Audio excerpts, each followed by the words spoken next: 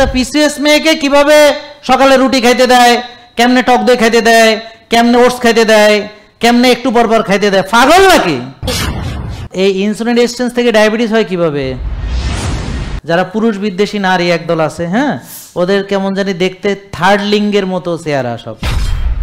এখন insulin বাড়লেই PCOS হবে। মুখে মিষ্টি মিষ্টি হাসি নিয়ে বলেন আলহামদুলিল্লাহ। হ্যাঁ, কারণ আলহামদুলিল্লাহ মানে হলো খুশি, আল্লাহর উপরে খুশি যে আল্লাহ কত কিছু দিয়েছে, আলহামদুলিল্লাহ। আসসালামু আলাইকুম রহমতুল্লাহি ওয়া বারাকাতুহু। ভালো আছেন সবাই? যুবক যুবতী যারা মা হতে চায়, বাবা হতে চায়, আগেই তাদের ইনসুলিন রেজিস্ট্যান্স ঠিক করবে, তারপর যদি বাচ্চা নেয় বা গর্ভবতী হয়, প্রেগনেন্ট হয়, তাহলে এই কোনো দিন তার ওখানে ডায়াবেটিস ডেভেলপ করতে পারে না। তাহলে একটা লোক তার কোষ যদি খালি থাকে, পরিচ্ছন্ন থাকে, কোষে যদি প্রদাহ না থাকে, টক্সিসিটি না থাকে, তাহলে তার পিসিওএস হতে পারে না। পিসিওএস এর জন্য 100% তার এক্সারসাইজ লাগবে। এবং অবশ্যই মেয়েরা, তোমাদেরকে বলছি, দেখো মায়েরা, হ্যাঁ, তোমরা স্ট্রেংথ ট্রেনিং করতে হবে, মাস্ট। পিসিওএস এর জন্য মাসেল ব্যবহার করতেই হবে। ইনসুলিন যদি বেশি থাকে, হ্যাঁ, তাইলে পিসিওএস হবে। মনে থাকবে LH/FSH রেশিও, হ্যাঁ, এটা বেড়ে গেলে 2, মানে যদি 2 এর বেশি হয় আর নিচে যদি 1 থাকে, তাইলে পিসিওএস হবে। টেস্টোস্টেরন কমলে সমস্যা, বুঝতে পারছেন? পুরুষদের আর মহিলাদের বিপরীত ঘটনা ঘটে। একই ইনসুলিন রেজিস্ট্যান্স পুরুষকে টেস্টোস্টেরন কমায়, আর একই ইনসুলিন রেজিস্ট্যান্স মেয়েদের টেস্টোস্টেরন বাড়ায়। তো টোটাল টেস্টোস্টেরন আমাদের যদি বেশি বেড়ে যায়, তাহলে পিসিওএস চেঞ্জ। আর TGH-DL রেশিও আমরা বলি 2 এর নিচে থাকতে হবে, সেটা ঠিক আছে।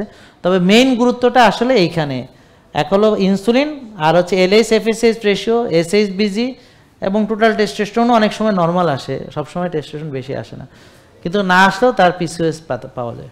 এখন ইনসুলিন বাড়লেই পিসিওএস হবে, তাহলে এর ইনসুলিন পরীক্ষা করতেই হবে। তাহলে অবশ্যই প্রতিটা পিসিওএস যাদের ইনসুলিন মাস্ট, হোমায়ার মাস্ট করাতেই হবে। এবং যখন দেখবেন ইনসুলিন 3-4, যখন দেখবেন হোমায়ার 1, ব্যাস এ সুস্থ। এখন এই ইনসুলিন রেজিস্ট্যান্স থেকে ডায়াবেটিস হয় কিভাবে? এই যে কোষে জায়গা নেই, এখন একটা সময় ইনসুলিন বেশি থাকার পরও রক্তের চিনি বাড়তেই থাকে, তখন টাইপ 2 ডায়াবেটিস। বুঝতে পারছেন না? তাহলে টাইপ 2 ডায়াবেটিসের চিকিৎসা কি? কোষ খালি করা, মানে কি ফ্যাট বার্ন করা। ওই যেই খাবার খেলে চিনি বাড়ে ওগুলো খাওয়া যাবে না, প্রসেসড আল্ট্রা প্রসেসড ফুড খাওয়া যাবে না। তারপর রোজা রাখবে, ব্যায়াম করবে, ঘুমাবে, ওই যা যা বলছি এগুলোই। তার মানে এগুলো করলে ডায়াবেটিস ভালো হয়ে যাবে, আর পিসিওএসও ভালো হয়ে যাবে, ফ্যাটি লিভারও ভালো হয়ে যাবে, মানসিক অশান্তিও দূর হইয়া যাবে, ইবলিসও চান্স পাবে না। বুঝেন নাই কথা? তার মানে জান্নাতও হয়ে যাবে ইনশাল্লাহ। মানে শুধু সুস্থতা না, আসলে আপনাকে জান্নাতে যাইতে হবে। জান্নাতে যাওয়ার জন্যে ইবাদত করতে হবে, তার জন্য সুস্থ থাকতে হবে, বুঝছেন? এইভাবে চিন্তা করতে হবে সবসময়। ওইখান থেকে শুরু করবেন যে আপনি জান্নাতে যাবেন, এখন কি করতে হবে, মানে আপনার ঠিকানা আসল কোনটা, ওইখান থেকে শুরু করে এখানে আসতে হবে। আবার যে ওখানে যাইতে হলে এবার কি কি করণীয়, কারণ আপনার টার্গেট তো একটাই, কারণ ওইখানে যাওয়াটাই হচ্ছে আসল সফলতা, আর বাকিগুলো হলো ভুয়া। কেন? কারণ আপনি পৃথিবীতে যাই হন, আপনার শান্তি হবে না কোনোদিন।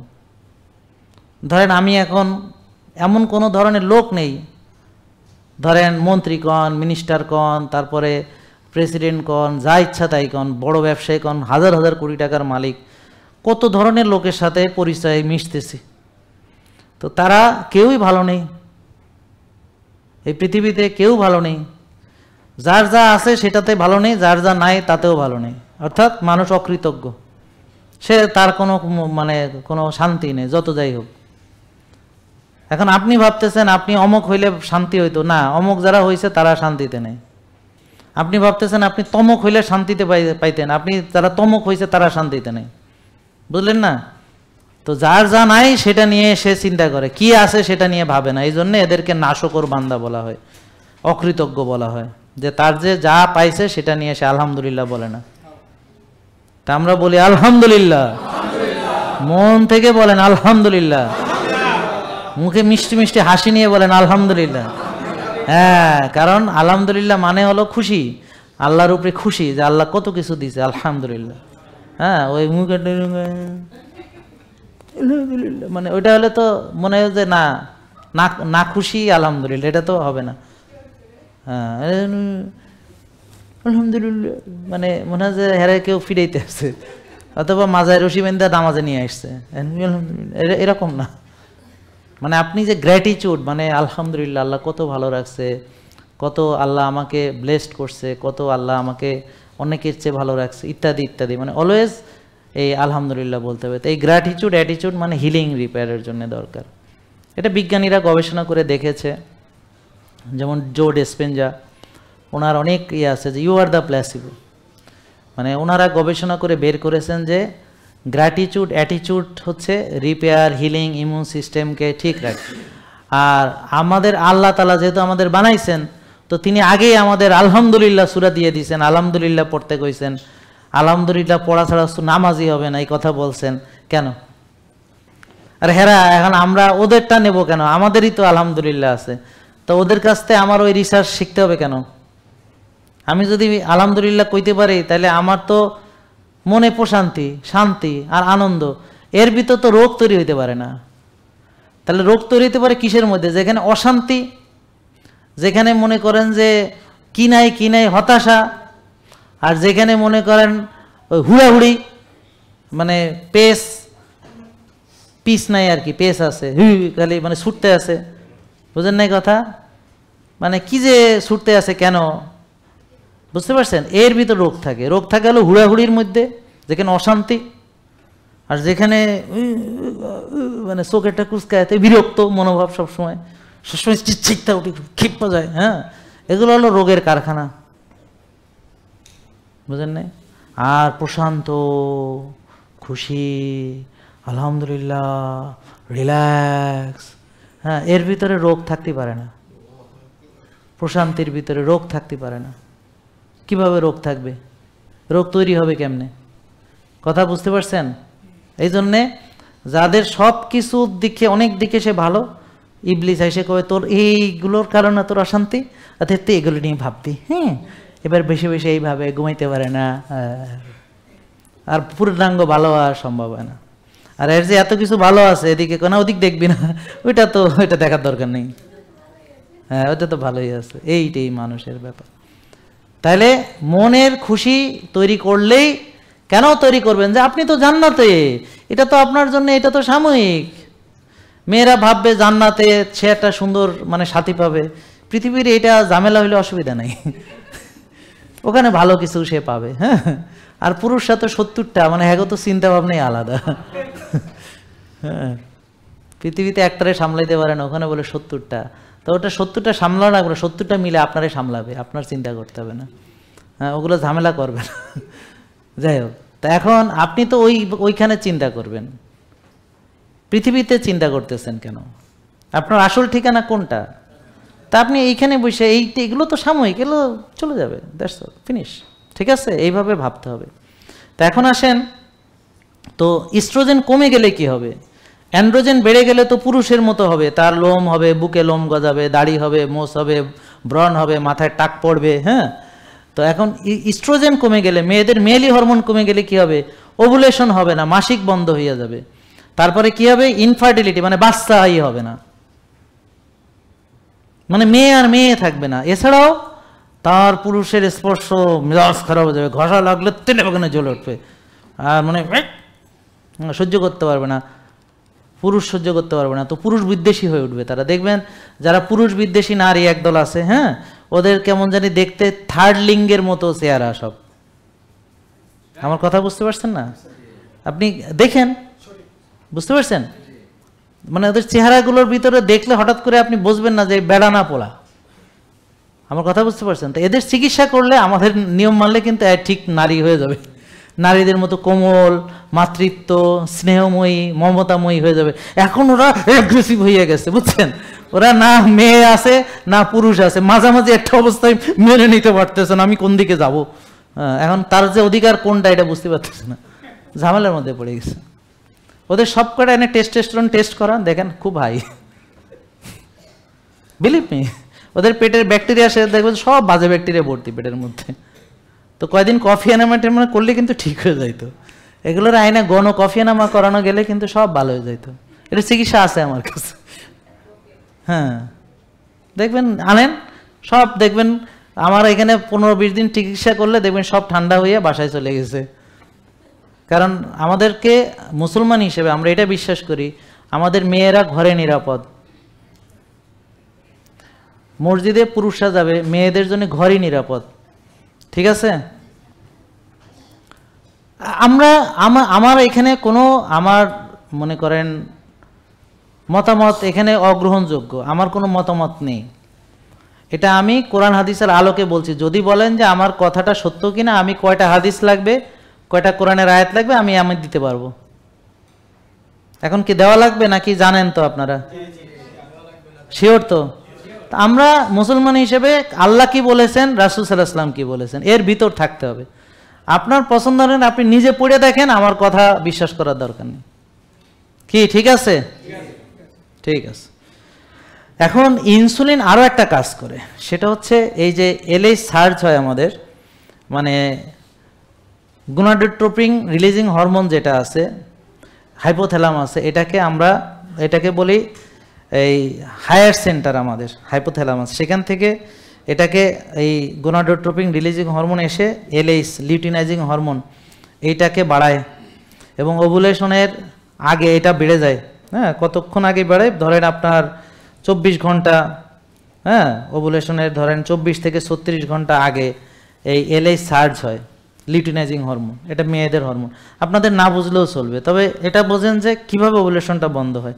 তো যারা একটু সায়েন্স বুঝে, হ্যাঁ, তো তাদের হয়তো এটা বুঝতে সুবিধা হবে। অনেকেই ভিডিওটা দেখবে, ওই যে গাইনিকোলজিস্টরা দেখবে। তো এই যে এলএইচ সার্জ যে হয়, এখানে দেখবেন যে ইনসুলিন বেশি থাকলে ওই যে গোনাডোট্রোপিন রিলিজিং হরমোন হাইপোথ্যালামাস থেকে ওইটাকে ডিসরাপ্ট করে, তার ফলে এলএইচ সার্জটা হতে পারে না, ওভুলেশন অ্যারেস্ট হয়ে যায়, ওভুলেশনটা কমপ্লিট হয় না। হ্যাঁ, তো ওভুলেশন না হলে মেয়ের কোনোদিন বাচ্চা হবে না, বুঝতে পারছেন? এবং পরবর্তীতে এগুলো ওই যে সিস্ট আকারে দেখা যায় আর কি।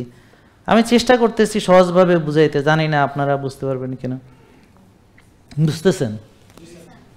আচ্ছা, গুড। তাইলে এখানে চিকিৎসা হলো ইনসুলিন কমাতে হবে। কি কমাতে হবে? ইনসুলিন কমাতে হবে। তাহলে ইনসুলিন কমাতে হলে রোজা রাখতে হবে, ভালো ব্যায়াম করতে হবে, মানসিক প্রশান্তির চর্চা করতে হবে, 6টা শ্বাসের ব্যায়াম আরও পারলে করবেন, কিন্তু বেসিক 6টা করে, দরকারে আরও করেন, 60টা করেন, আমার আপত্তি নেই, কিন্তু আগে 6টা করলে হবে না রে, মোটামুটি এই 6টার মধ্যে সব আছে। তারপর হচ্ছে ঘাসে হাঁটা, গ্রাউন্ডিং, আর্থিং, তারপরে যে কফি আনেমা, গাট ক্লিনজিং, এই যে গাটের আসতেছি, এই যে গাট মাইক্রোবায়াম, যে ডিসবায়োসিস হয়, এর ফলে লিকি গাটস হয়। লিকি গাটস হলে আমাদের কি হয়?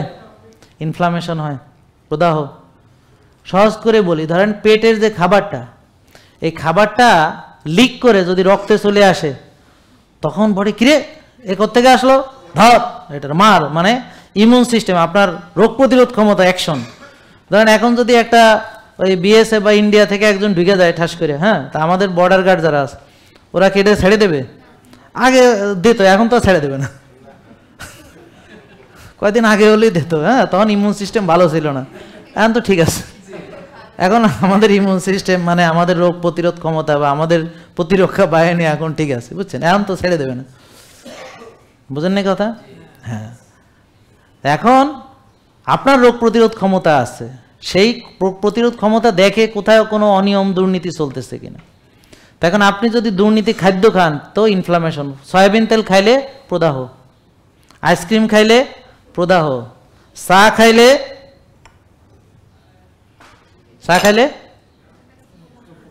প্রদাহ কমে, আর এর মধ্যে দুধ চিনি দিলে প্রদাহ বাড়ে।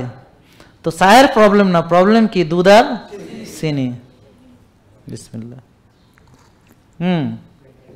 পিঙ্ক সল্ট দেওয়া আছে, আদাও আছে, এই যে সাবায়ে পাতাও খাওয়া যায়, গ্রিন টি, হ্যাঁ, চা পাতা খান, ভালো লাগবে। আর পুরো পাতাটা তো চিবাই খাইলে বেশি উপকার পাবেন, আর টাকাটাও সাশ্রয় হবে, কারণ এই টাকাগুলো যদি ফেলে দেন তা কেমন না, টাকা দিয়ে কিনছেন। হ্যাঁ, খাওয়া যায়, বুঝছেন? এটার ভিতরে অ্যান্টিঅক্সিডেন্ট আছে, বুঝতে পারছেন? Antioxidant, anti inflammatory. এবং এইটা এই যে পাতাগুলো আছে না, এটারে বড়ি বানাইয়া ব্লেন্ড করে বড়ি বানায় এটারে ক্যান্সারের ওষুধ হিসেবে খাওয়ায়। এটা টিউমার গ্রোথ হইতে দেয় না, টিউমার গ্রোথ রিগ্রেশন করে। এগুলো গবেষণায় প্রমাণিত। আপনারা তো খালি ওষুধ খাওয়ার গবেষণা, হ্যাঁ, ওটা ছাড়াও অনেক গবেষণা আছে যে ওষুধ মুক্ত হওয়া যায়, কিন্তু ওগুলো তো আপনার যারা ওষুধ দেয় তারা তো ওগুলো আপনাকে শেখাবে না, বলবে না, বুঝতে পারছেন? যারা ওষুধ থেকে মুক্ত করবে হয়তো তারা বলবে, কিন্তু যারা ওষুধ যুক্ত করবে তারা তো এটা বলবে না আপনাকে। তারা তো ওষুধ দিলে সব কিছু ওষুধ দিতে হবে। এখন প্রতিটা ওষুধ প্রদাহ তৈরি করে। আর লিকি গাটস কেন হয়? লিকি গাটস হওয়ার জন্যে যারা প্রসেসড ফুড খায়, আল্ট্রা প্রসেসড ফুড খায়, যারা ফাইবার খায় না, তো গাটের ব্যাকটেরিয়া ফাইবার না পেলে খাবে কি? আপনার গাটের মিউসিন লেয়ার খেয়ে ফেলে, গাটে লিক হয়। তারপরে ফাইবার হজম করতে আপনার শরীরে কোনো এনজাইম নাই, ওই ভালো ব্যাকটেরিয়া আপনার ফাইবার হজম করে করে বিউটারেট তৈরি করে। বিউটারেট আপনার টাইট জাংশন তৈরি করে যেন লিক না হয়। আমরা ছোটোবেলায় ফুটবল খেলতাম যে সোরা লিক হইতো, মানে ফুটবলে পাম্প সরে যায় কিন্তু লিক খুঁজে পাওয়া যায় না, এটাকে কয় সোরা লিক। লিকি গার্ডস অনেকটা সোরা লিকের মতো, মানে কোনো পারফোরেশন না কিন্তু খুব সোরা লিক, সূক্ষ্ম লিক, যেটা আপনি ধরতে পারবেন না। আর পারফোরেশন হলে তো আপনি একেবারে হাসপাতালে পেট হয়ে যাবো স্টিলের মতো টাইট, বুঝতে পারছেন? তারপর কাইটা আপনার ওখান থেকে, আমরা এইসব পারফোরেশন সার্জারি করতাম না কাইটা, তারপর ওই যে ওই কাইটে কাইটে আবার জোড়া লাগায় সেলাই করে দিতাম, হ্যাঁ। তো পরে ওই সেলাই যতবারই করা হয়ে প্যাড ক্লোজ করে দিলে আবার ইনফেকশন হয়ে যাইত। তো এই জন্য আমরা কি করতাম, লাস্টে ওই প্যাড খুলেই রেখে দিতাম, পরে ইনফেকশন হইয়া ভালো হয়ে তারপর সেলাই করতাম, বুঝলেন নাই? জানে যে এতে ইনফেকশন হবে, তার সাথে খোলাই থাক, বুঝছেন?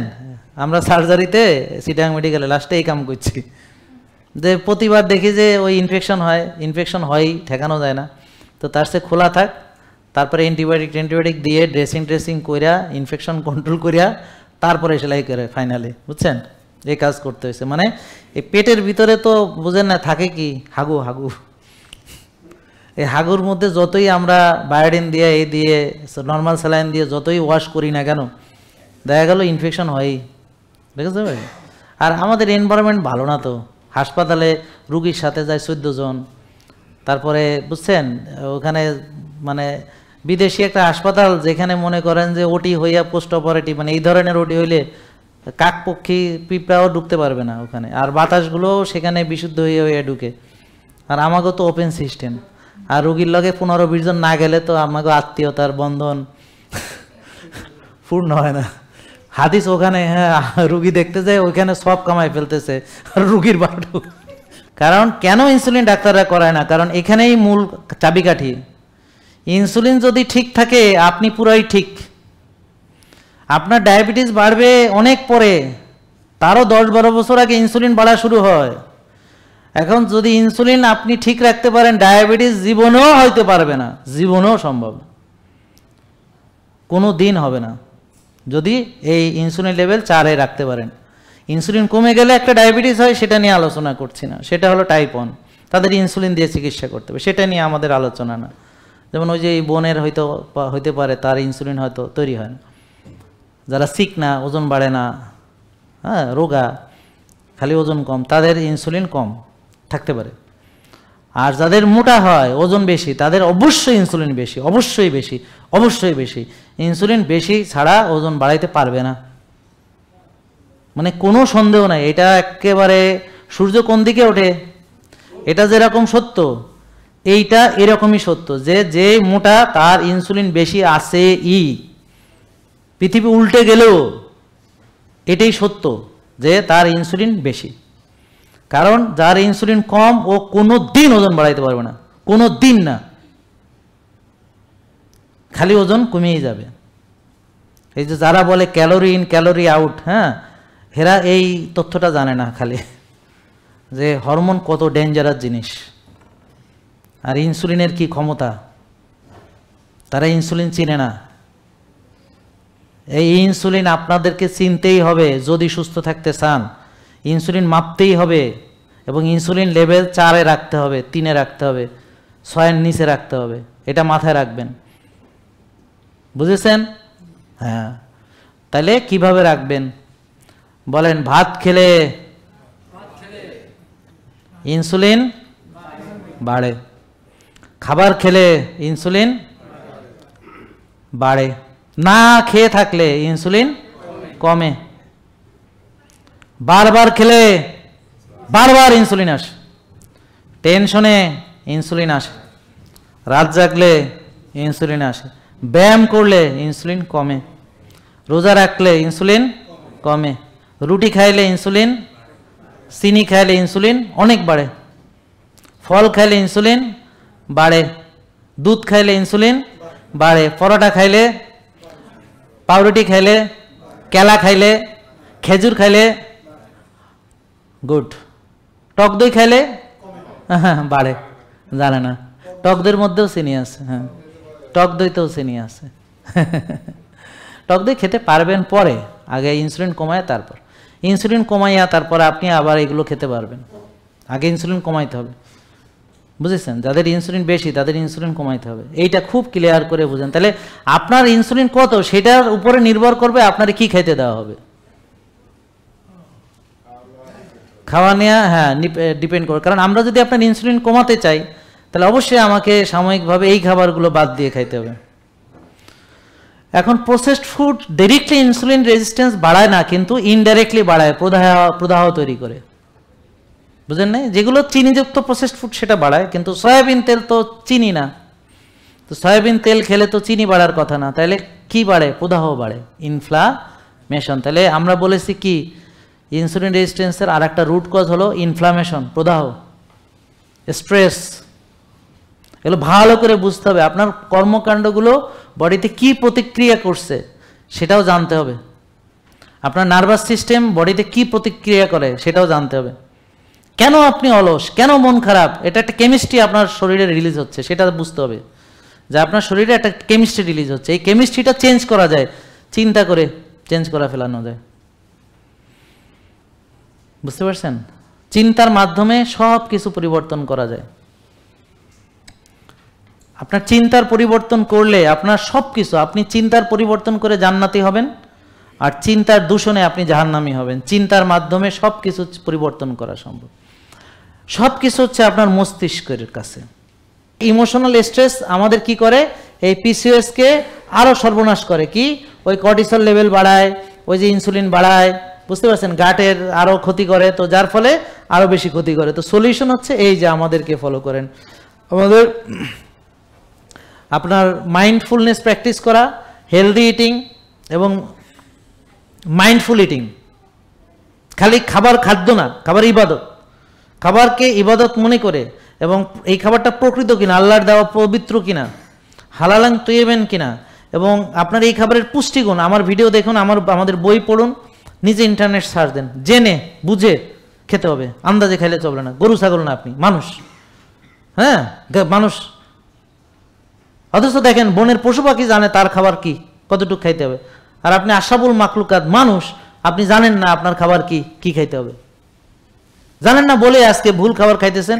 ইবলিস আপনাকে ওই processed food, ultra processed food, এগুলো আপনাকে সুশোভিত করে রেখেছে, এগুলো আপনার জন্য মুখরোচক করে রেখেছে। খেয়ে খেয়ে আপনি আপনার সুস্থতাকে ধ্বংস করে দিলেন। তাহলে এই যে রেগুলার এক্সারসাইজ করা, সঠিক সময়ে ঘুমানো, হ্যাঁ, এবং রোজা বা অটোফেজি, এই হলো মূল চিকিৎসা সব রোগের। Not only PCOS, not only diabetes, everything. শুধু তাই না, এটা জান্নাতে যাওয়ারও তরিকা। কেননা এটা আল্লাহর নির্দেশ যে আমি বারবার খাবো না, বেশি বেশি খাবো না। হ্যাঁ, তো হেলদি ইটিংয়ের সাথে আমার মাইন্ডফুল ইটিং লাগবে, ঠিক আছে? মনে থাকবে। তাহলে আমরা কিছু কিছু বলি, যেমন ধরেন কি কি খাবার ইনসুলিন বাড়ায়? ভাত, রুটি, ফল, দুধ, পাস্তা, মিষ্টি জাতীয় জিনিস, সুগারি ড্রিঙ্কস। হ্যাঁ, তো এগুলো সব কিছু আমরা আপাতত কিছুদিনের জন্য স্টপ রাখবো, ঠিক আছে? আর প্রসেসড ফুড তো খাবো না। তো খাবো কি ওই যে সবজি ডিম, সবজি মাছ, সবজি মাংস, বিভিন্ন রকমের, হ্যাঁ আরও বিস্তারিত দেখবেন বইয়ে লেখা আছে, আমরা আপনাদেরকে দিব। তারপর যেমন হচ্ছে কি আছে, যেমন good quality protein, good quality fat, হ্যাঁ দেশি মুরগি, দেশি হাঁস, দেশি গরু, দেশি ছাগল, নদীর মাছ, পুকুরের মাছ, সমুদ্রের মাছ, প্রাকৃতিক যা আছে, ঠিক আছে, প্রোটিন এবং ফাইবার এবং ফ্যাট, এই তিনটা। আর সুগার এর ভিতরে আছে, যেমন ডিমের মধ্যে চিনি আছে, বাদামে চিনি আছে, ডাবের পানিতে চিনি আছে, সব কিছুতে কিছু কিছু চিনি আছে। প্রোটিনও তার একটা অংশ চিনি হয়ে যায়, 65% প্রোটিন আসলে আলটিমেটলি সুগার হয়, বুঝতে পারছেন। প্রয়োজনে বডি ফ্যাট থেকে, গ্লাইকোজেন থেকে, প্রোটিন থেকে চিনি বানাইতে পারে। অতএব চিনি আলাদা খাওয়ার কোনো দরকার নেই, কারণ চিনি আপনার এমনিতে বেশি আছে, তার প্রমাণ কি ইনসুলিন বেশি আছে। তাহলে চিনি কখন খাবেন? যখন আপনার এই জিনিসগুলো ফিক্সড হবে তারপর, ঠিক আছে। যেমন ধরেন একটা ডিমে থাকে কতটুক প্রোটিন, হ্যাঁ 6 gram protein. Eggs are not the enemy, মানে হাই কোয়ালিটি প্রোটিন আছে, হেলদি ফ্যাটস আছে, ভাইটামিনস আছে। তাহলে অনেকে ডিমকে শত্রু ভাবে, কুসুমকে ভাবে হার্ট অ্যাটাকের কারণ। এইটা কেন শেখানো হয়েছে? যারা চায় আপনারা রুগী থাকেন, জীবনে ওষুধ মুক্ত না হইতে পারেন, তারা শিখাইছে। তো এরা যে কি শিখাইছে এটা আমাদের শেখার দরকার নেই, এই কারণে, কারণ ওরা আমাদের আলটিমেটলি ওষুধে নিয়ে যাবে, ওষুধ খাইতে খাইতে আরও রোগী হবে, ওষুধ বাড়বে, আমার অবস্থা খারাপ হবে। তো আমরা এটা থেকে মুক্তি চাই, এই জন্য আমাকে ডিম খেতে হবে। এবং ডিম মিনিমাম 2টা 4টা 6টা, মানে যে ভালো ব্যায়াম করবে সে 6টা খাবে, যে মোটামুটি করবে সে 4টা খাবে, আর যে করবে না হ্যার কিছুই খাইতে হবে না, না খেয়ে থাকবে। আপনি যে কটা খেতে পারেন ভাই, বাধ্যবাধকতা তো অবশ্যই আছে, জন্মের খাইলে তো মরবেন, 1 ভাগ খাইতে হবে সেটা তো আছে, কিন্তু কথা হচ্ছে এটা তো বডি ল্যাঙ্গুয়েজ, বুঝলেন নাই। এমন খাবার যদি ধরেন আপনি ভালো খাবার জন্মে হলকম পর্যন্ত, তাহলে তো আপনার হাদিস এখানে খাটে না। পরিমিতিবোধ বজায় রাখতে হবে। আমরা হিসাব করে দিব, ধরেন প্রোটিন যদি আপনার ভালো জিম টিম করেন 1.5 গ্রাম পার কেজি দিব, কিন্তু এখন তো দিব না, এখন তো আপনার আরো কমাইতে হবে। আগে আপনি এগুলো শেষ করেন আগে, তারপর আর খাইতে আসবেন পরে। এখন আপনি 1টা 2টা ডিম খাবেন, একটু সবজি ডিম খাবেন, সবজি মাছ খাবেন, একটু অল্প অল্প খাবেন, কারণ আপনার তো বেশি, হ্যাঁ। পরে যখন আপনার শুকাইয়া কঙ্কাল হয়ে যাবেন হের মতো, তখন বলবো যে ও যদি 1.5 গ্রাম পার কেজি, মানে ডিম যদি 6টার কম খায়, শেষ। কারণ ওরা এখন মাসেল বানাইতে হবে, যেমন আপনার পিছে একজন আছে, হ্যার মাসেল বানাইতে হবে, হ্যাঁ ডিম কম খাইলে অসুবিধা। তা এখন আবার দেখেন হেলদি ফ্যাটসের ভিতর almond, walnut, chia seed, flax seed, pumpkin seed, sunflower seed, olive oil, coconut oil, ঘি, হ্যাঁ এগুলো সব পরিমিত খাইতে হবে, জন্মের খাওয়া না। জন্মের খাওয়া খায় হলো কারা? হাবাইতেরা। তা আপনি হাবাইতা না, আমাদের সব কিছুর ভিতরে পরিমিতি বোধ বজায় রাখতে হবে, অল্প অল্প করে খাবো। একজন আছে বাদাম খাইতে খাইতে গ্যাস বাদাইয়া, অ্যালার্জি বাদাই। জেকে লাইফস্টাইল, ওষুধ মুক্ত সুস্থ জীবন।